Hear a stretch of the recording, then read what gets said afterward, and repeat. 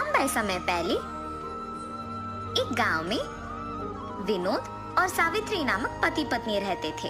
उनके साकेत और प्रणवी नामक 2 बच्चे भी थे। विनोद एक छोटा नौकरी करता था। विनोद को पता था कि उसकी पत्नी बहुत बुद्धिमान और तेज है, इसीलिए उसे हर काम में बहुत प्रोत्साहित करता था। हर वक्त सिर्फ घर के काम करते हुए समय बिताने के बदले सारे काम जल्दी खत्म करके मैं रोज नए प्रकार के व्यंजन बनाने की कोशिश करूंगी। हाँ, तभी मैं एक ना एक दिन खुद का एक नाम कमा पाऊंगी। ऐसे हर रोज अखबार में, टीवी में अलग प्रकार के व्यंजनों को देख घर पे बनाने की कोशिश करती थी। एक दिन अखबार में मटका मटन बिरयानी का विधि पढ़ के उसके घर में सारे काम खत्म करके एक मटके को लेके उसे साफ करके मटन बिरयानी के लिए जरूरी सामग्री तैयार रख के मटन बिरयानी बनाती है। घर में मौजूद परिवार वालों को मटके में बिरयानी परोस के उसे स्वाद करने कहती है, ताकि वो ये जान सके कि उसका स्वाद कैसे है। उसके पति और बच्चे मटन बिरयानी का नाम सुनते ही उत्साहित होके खाना शुरू करते हैं। अखबार में जैसे दिया गया था वैसे ही बनाने पर मटन बिरयानी बहुत तीखा बनता है। माँ, मटन बिरयानी बहुत तीखा है, इसे खाना मुझसे नहीं होगा, ऐसे कह के चला जाता है और उसके पीछे ही प्रणवी और उसके पति विनोद भी चले जाते हैं। अपने परिवार वालों का उसके हाथ का बिरयानी ना खा पाना उसे बहुत निराश करती है। उसे दुखी देख उसके पति उसके पास आके कहते हैं, अरे सावित्री, क्यों दुखी हो? पहली ही बार में अगर इतना अच्छा आया तो अगली बार सोचो और कितना अच्छा आएगा। तुम निराश मत हो, एक और बार कोशिश करो, ऐसे उसके पति का कहना मानती है। मेरे दुखी होने की कोई जरूरत नहीं है, मुझे मटन बिरयानी वैसे भी अच्छे से बनाना आता है और इसीलिए मटके में भी अच्छा ही बनाऊंगी। कुछ दिन बाद सावित्री वापस मटके में मटन बिरयानी बनाती है। आज का मटन बिरयानी मैंने अखबार में दिए हुए विधि के प्रकार नहीं, बल्कि सभी सामग्री को सही मात्रा में डालकर बनाया है। ऐसे सोच के सभी को बुला के मटका मटन बिरयानी परोसती है। माँ, इस बार मटन बिरयानी बहुत ही स्वादिष्ट है। हाँ माँ, बहुत ही स्वादिष्ट। सही में बहुत ही स्वादिष्ट है सावित्री, तुम्हारे हाथों में तो जादू है, तुम्हें तो एक होटल लगाना चाहिए। उसके पति की बातें सुनकर उन्हीं के बारे में सोचती रहती है। मेरे पति के बातों के अनुसार ही अगर मैं एक होटल शुरू करूं तो घर के सारे काम करने के बाद वैसे भी मैं दिन भर खाली ही रहती हूँ। ये फैसला करके अपने पति के पास जाती है। सुनिए, आपकी बातों के बारे में मैंने बहुत सोचा है। मैंने फैसला किया है कि मैं एक होटल शुरू करूंगी। आजकल का कोई भी होटल वैसे भी मटके का बिरयानी नहीं बेच रहे हैं, इसीलिए मैं मटका बिरयानी बना के बेचना शुरू करूंगी। सावित्री, तुम सही बात कर रही हो। मुझे भी ऐसा कभी नहीं लगा कि मटके का बिरयानी भी इतना स्वादिष्ट हो सकता है। इतना ही नहीं, तुम्हारे जितना अच्छा तो और कोई नहीं बना सकेगा। ऐसे वो एक होटल शुरू करने के लिए सभी तैयार करती है। एक होटल शुरू करती है।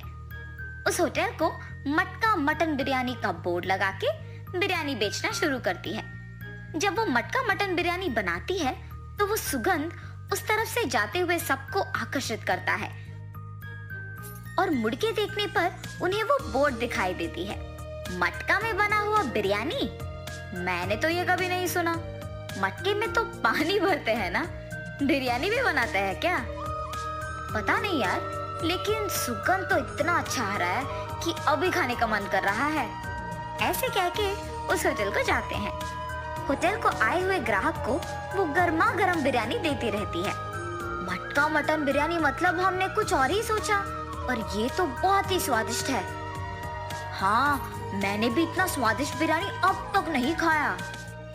हाँ यार, मटका मटन बिरयानी सच में बहुत स्वादिष्ट है। होटल को आए हुए सारे ग्राहक उसका अभिनंदन करते हैं। ऐसे सावित्री का शुरू किया मटका मटन बिरयानी होटल बहुत आगे बढ़ता है। उस गांव के जमींदार भी मटका मटन बिरयानी के बारे में सुनकर उनके घर में दावत के लिए वहीं से बिरयानी मंगवाते हैं। जमींदार की आज्ञा के प्रकार ही मटका मटन बिरयानी तैयार करके जमींदार के सेवक को देकर भिजवाती है। उस मटन बिरयानी को स्वाद करने के बाद उस दावत में सभी उसी बिरयानी के बारे में ही बात करते हैं। ऐसे उनका बनाया हुआ मटका मटन बिरयानी बहुत सारे गांव में इतना प्रसिद्ध होता है कि कोई भी दावत हो तो सभी सिर्फ वहाँ से मंगवाते हैं। ऐसे ही सावित्री उसके विचार के अनुसार खुद एक बहुत अच्छा नाम कमाती है और खुश रहती है। आज अगर मैं इतना बड़ा नाम कमा पाई हूँ तो वो सिर्फ मेरे पति के प्रोत्साहन की वजह से ही कर पाई हूँ। क्या हुआ सावित्री? बहुत समय से देख रहा हूँ, बहुत गहरी सोच में पड़ गई हो। आज अगर मैं इतनी खुश हूँ तो सिर्फ आप ही की वजह से। जब मैं निराश हुई तो आप ही ने मुझे प्रोत्साहित किया, आपने मुझे बहुत सहारा दिया। आज उसी की वजह से मैं इतना नाम कमा पाई हूँ। उसके बाद से विनोद अपना नौकरी छोड़ के होटल को संभालने लगता है। जो भी होटल से बिरयानी मंगवाता है उन्हें खुद मटन बिरयानी देता है और ऐसे वो दोनों खुशी से जीते हैं। एक लंबे समय पहले एक गांव में रामैया, राधा नामक दो पति पत्नी रहते थे। उनके लता और वेणु नामक दो बच्चे भी थे। रामैया को उसी गांव में खुद का एक खेत होता था। उस खेत में वो फसल उगाता था और उससे आए हुए पैसों से अपना घर चलाता था। हमेशा की तरह इस साल भी फसल तो मैंने उगा दिया। अब गर्मी की मौसम शुरू होने वाली है, जल्द ही तरबूज के बीज डालने पड़ेंगे। ऐसे सोचकर तरबूज के बीज लेके अपने खेत की ओर जाता है। अरे रे, मैं तो भूल ही गया कि इस साल गांव में पानी नहीं है। मुझे अपने खेती के लिए पानी कहीं से भी लाना होगा, वरना इस साल मैं अपना घर नहीं चला पाऊंगा। ऐसे अपने आप में सोचते हुए दुखी होता है। इतने में उसके पड़ोसी खेत का मालिक विश्वनाथ रामैया को देख, अरे रामैया, इतना क्या सोच रहे हो कि मेरा आना भी देखा नहीं तुमने? विश्वनाथ, तुम्हें तो पता है कि मैं हर साल चावल की फसल के बाद तरबूज उगाता हूँ, मगर इस साल गांव में पानी ना होने के कारण मैं तरबूज नहीं उगा सकता हूँ। मैं अपना घर कैसे चलाऊंगा? क्या तुम पानी के बारे में इतना सोच रहे हो? उसमें क्या है, इस सारे गांव में सिर्फ मेरे ही खेत में तो मोटर है। मेरे मोटर का उपयोग करके तुम हमेशा की तरह अपने खेत में तरबूज उगाओ। मैं तुम्हारा एहसान कभी नहीं भूल सकता हूँ। ऐसे कहकर उसके खेत में मौजूद मोटर के सहायता से पानी का उपयोग करके तरबूज उगाता है। कुछ ही महीनों में उसके खेत में तरबूज अच्छे उगते देख बहुत खुश होता है। हर साल से ज्यादा तो इस साल तरबूज उगे हैं, इनको बेचूंगा तो बहुत सारे पैसे मिलेंगे। ऐसे सोचकर सारे तरबूजों को बेचने दुकान जाता है। वहाँ दुकानदार तरबूजों को लेके पैसे देता है। ये सब उसी दुकान के पास मौजूद विश्वनाथ देखता है। रामैया को तरबूज की फसल उगा के बहुत सारे पैसे मिले हैं। मेरे पानी देने के वजह से ही ये उसके लिए मुमकिन हुआ है, इसीलिए आए हुए पैसों में आधा हिस्सा मुझे मिलना चाहिए। इसके बारे में मुझे रामैया से पूछना होगा। रामैया, मेरे पानी देने के वजह से ही तो तुम इतने तरबूजों को उगा सके हो। हाँ, आपने सच ही कहा है। उस दिन आपने अगर पानी नहीं दिया होता तो आज मेरे हाथों में पैसे नहीं होते। अगर मैं तुम्हें पानी नहीं देता तो तुम्हारे पास आज पैसे नहीं होते ना। मतलब तुम्हारे हाथ में जो पैसे है उसमें आधा हिस्सा मुझे मिलना चाहिए ना। ठीक है जी, आपको सिर्फ इन पैसों में आधा हिस्सा चाहिए ना। लीजिए, आप ही की वजह से तो ये मेरे पास आए हैं। ऐसे खुशी से पैसे देता है। मैंने सोचा कि तुम पैसे नहीं दोगे, लेकिन तुमने मेरा एहसान वाकई चुका दिया। मेरे पूछने पर बिना सोचे तुमने पैसे बस दे दिया। तुम अगर ऐसे ही रहोगे तो तुम्हारी अच्छाई ही तुम्हें नष्ट कर देगी। ऐसे कहकर पैसे लेके वहाँ से चले जाता है। अब मेरे पास कुछ ही पैसे बचे हैं, इनके साथ मुझे कोई व्यापार शुरू करना होगा, मगर कौन सा? ऐसे सोचते रहता है। इतने में ही बगल में उसे एक आदमी कटे हुए तरबूज एक बंडी पे बेचते हुए नजर आता है। प्यास लग रहा है, एक तरबूज का टुकड़ा खाऊंगा। उस तरबूज वाले के पास जाता है और पूछता है, बाबू, एक तरबूज का टुकड़ा मिलेगा? जी हाँ। एक तरबूज का टुकड़ा कितने का है? सिर्फ 5 रुपए है जी। एक तरबूज का टुकड़ा 5 रुपए का है? एक पूरा तरबूज तो बहुत कम पैसों में मिल जाएगा। मैं मेरे पास के सारे पैसों से तरबूज खरीदूंगा और उन्हें ऐसे टुकड़े बना के बेचूंगा। ऐसे मुझे बहुत पैसे मिलेंगे। तुरंत उसको पैसे देके उसके पास के सारे तरबूज लेके जाता है। उन तरबूजों को एक बंडी के ऊपर रख के उन्हें अच्छे टुकड़ों में काट के बेचने लगता है। ऐसे उसका व्यापार बहुत अच्छा चलता है। हर रोज की तरह एक दिन वो जब तरबूज बेच रहा था, आप सबको पता है कि इस गांव में कुछ दिनों से चोरी हो रही है। जो भी इन चोरों को पकड़ के जमींदार जी के हवाले करेगा, उनको जमींदार जी अभिनंदन करके तोहफा देंगे। उस विज्ञापन को रमैया सुनता है। उस दिन दोपहर को 4 आदमी उसके पास आते हैं। बाबू, हमें 4 तरबूज के टुकड़े दो ना। आपको इस गांव में मैं कभी नहीं देखा। गांव में नए आए हो क्या? हाँ जी। किसके घर में रह रहे हो बाबू? पास में जान पहचान के लोग हैं तो उन्हीं के घर में हैं। इतने में रमैया को सुबह का विज्ञापन याद आता है। वो लोग भी हिचकिचाते हुए उसको पैसे देके जल्दबाजी में वहाँ से निकल जाते हैं। मुझे इन लोगों को देख के लग रहा है कि यही वो चोर हो सकते हैं। इनका पीछा करूंगा तो सच पता चल जाएगा, मेरा शक भी चला जाएगा। ये फैसला करके उनका पीछा करता है। उन लोगों को एक घर में घुसते हुए देखता है। खिड़की में से उन लोगों को देखते रहता है। हम लोगों पे शक आए इससे पहले हमें जमींदार के घर में चोरी करके इस गांव से बाहर निकलना होगा। मेरे सोच के अनुसार ये लोग तो चोर ही निकले हैं। तुरंत मुझे ये जमींदार को बताना होगा, वरना आज जो चोरी होगा उसका कारण तो मैं ही बन जाऊंगा। तुरंत वो वहां से जमींदार के पास जाता है। जमींदार साहब, अरे क्या हुआ रमैया, यहाँ आए हो? इस गांव में हो रही चोरियों के पीछे जो लोग हैं वो मुझे पता है। यही बताने आपके पास आया हूँ मैं। इतना ही नहीं, मैं उन्हें ये कहते हुए सुना कि वो आज आपके घर में चोरी करने वाले हैं, इसीलिए तुरंत आपके पास आया हूँ। क्या तुम्हें पता है कि वो लोग कहाँ हैं? जी साहब, पता है। सेवकों, तुम लोग अब रमैया के साथ जाके उन चोरों को पकड़ के मेरे पास लाओ। जी प्रभु। जमींदार के आज्ञा के अनुसार सेवक उन चोरों के घर जाके उनको पकड़ के जमींदार के पास लेके आते हैं। उन चोरों को पकड़ने के लिए गांव वालों के सामने रमैया का अभिनंदन किया जाता है और जमींदार उनके वचन के अनुसार उनके जायदाद में एक हिस्सा उसको देते हैं। तुम्हारे अच्छाई की वजह से ही तुम उनके जायदाद में एक हिस्सा पाए हो। तब से रमैया उसके परिवार के साथ खुशी से रहता है। तो इस कहानी का नैतिक क्या है? परिस्थिति चाहे जो भी हो, अगर हम अच्छा रहेंगे तो सब अच्छा ही होगा। हमारी अच्छाई ही हमें एक अच्छे स्थान में रखेगी।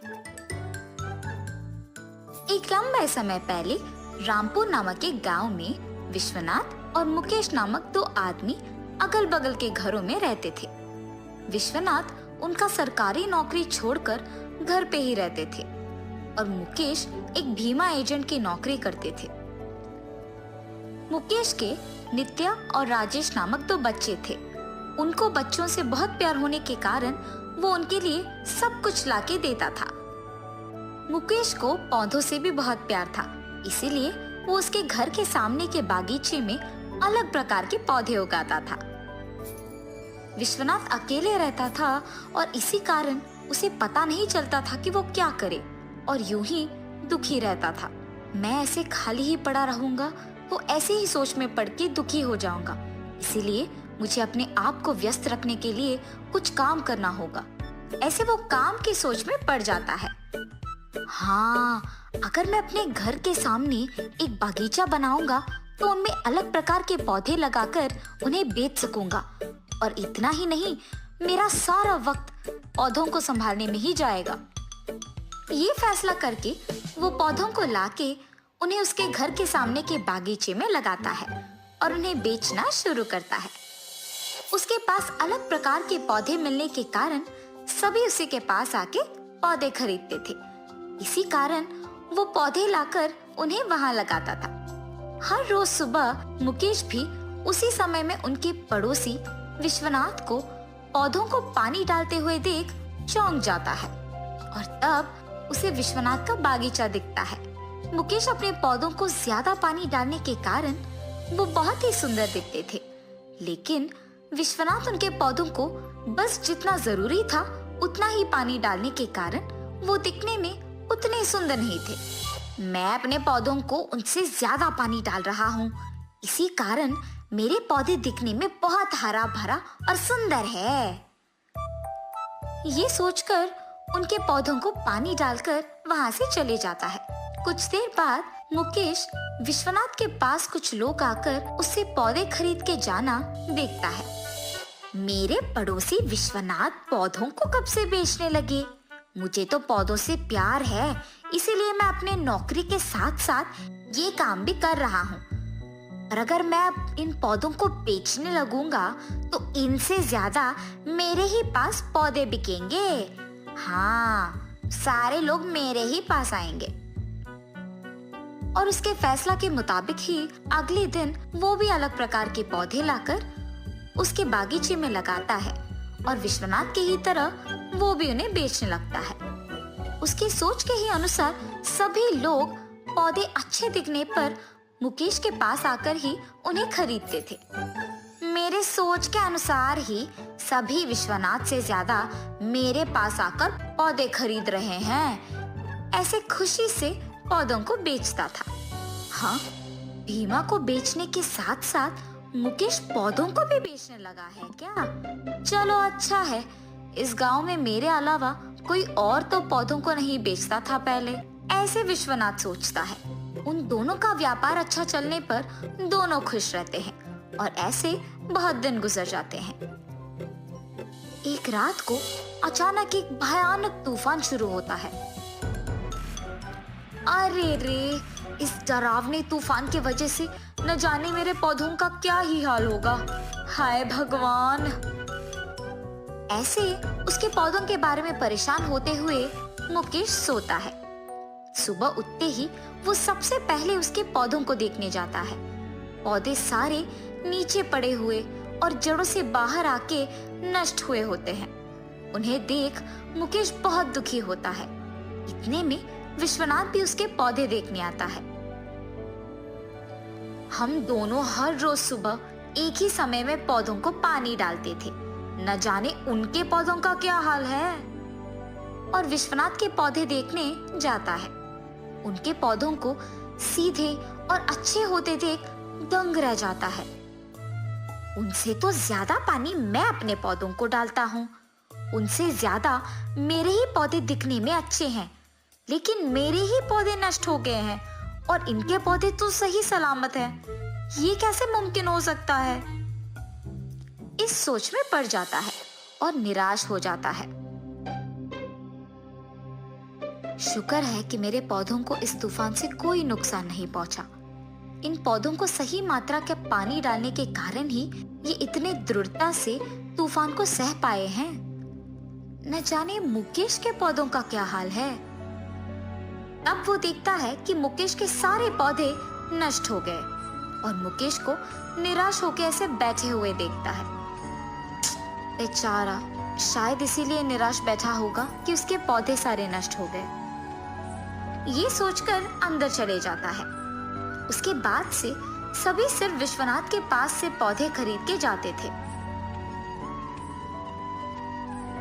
बहुत दिन हो जाने के बाद भी मुकेश न जाने क्यों नए पौधे लाके नहीं बेच रहा। और ऐसे वो मुकेश के पास जाता है। मुकेश को ऐसे दुखी ही बैठे हुए देख विश्वनाथ पूछता है, मुकेश, क्या पौधे नष्ट हो जाने के कारण तुम ऐसे दुखी बैठे हो? हाँ विश्वनाथ जी, मेरे पौधे तो जड़ों के साथ बाहर निकलकर गिर गए, लेकिन आपके पौधे तो दृढ़ और मजबूत है, ऐसे कैसे हुआ होगा? मैं अपने पौधों को बस उनके लिए जितना काफी है उतना ही पानी डालता हूँ, इसी कारण वो बहुत मजबूत बने और उस भयानक तूफान के कारण भी नहीं गिरे। हम अगर हमारे पौधों को उनकी जरूरत से ज्यादा पानी डालेंगे तो वो दृढ़ता से नहीं रहेंगे। इसीलिए हमें पौधों को कोई भी मुसीबत का सामना करने के लिए तैयार करना होगा। इस बार आप मेरे तरीके का इस्तेमाल करके अपने पौधों को लगाइए। हम दोनों मिलकर उनका ख्याल रखेंगे। ठीक है विश्वनाथ जी, आपके कहे के अनुसार ही करूंगा। ये कह के वो वहां से चले जाते हैं। मुकेश तब नए पौधों को लाके उसके बागीचे को साफ करने निकलता है। अगर मैं बागीचे को अकेले साफ करूंगा तो बहुत समय लग जाएगा। और तब वो उसके बच्चों को बुलाता है। जी पापा, चलो आओ बेटा, इस बागीचे को साफ करने में मेरी मदद करो। पर पापा, हमें तो ये सब करना नहीं आता।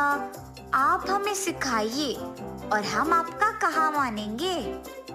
ठीक है बेटा, बस मैं जैसे करता हूँ वैसे ही करो।